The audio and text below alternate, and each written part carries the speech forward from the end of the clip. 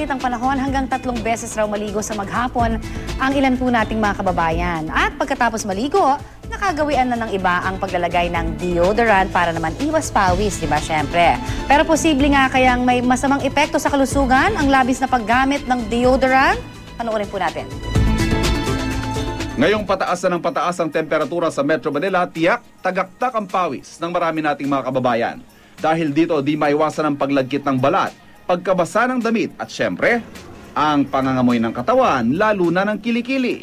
Maamoy ko agad yung sarili ko. Pag konting taas ko lang ng kilikili, naamoy ko agad. Sabi ko, ganito naman itong amoy na to. Kung tutusin, di naman daw nagkukulang si Darby sa kalinisan sa katawan. Ako, ligo.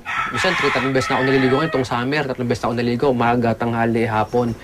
Kasi mainit talaga eh. Basta pag pinagpapawisan ka, di ba talagang affected talaga yung ano mo. Kaya 3 beses na rin ako naglalagay ngayon. 3 beses na nilagay ko. Umaga.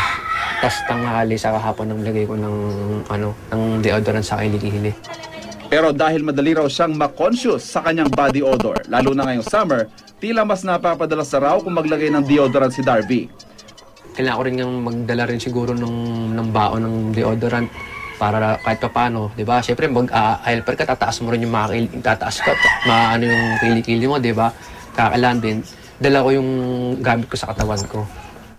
Pero ayon sa isang dermatologist, dapat daw ay hinay-hinay lang sa paglalagay ng deodorant kahit pa ngayong tag-init. Posible raw kasi magkaroon ng di magandang epekto ito sa ating balat. Ang side effect nito is pangingitim ng underarm. And in severe cases, pwedeng magkaroon ng pangangati yung kilikili. And pag nangati ito, nagfo-form ng mga allergy contact dermatitis na namamaga ang balat sa kilikili. And sometimes, naglilid pa to ng mga blister formation. Ang pawis kasi, wala talaga ito dapat na amoy. No? Yung nagkakaroon lang ng body odor dahil sa action ng bacteria na nasa surface ng skin. The bacteria plus the pawis na lalabas sa katawan, ito na ngayon yung magfo-form ng reaction na nagkakos ng body odor. Imbes na umasa lang sa epekto ng deodorant, mas makabubuti raw na laging panatilihing presko ang ating katawan. Uminom ng 8 o higit pang baso ng tubig at magsuot ng damit na yari sa cotton.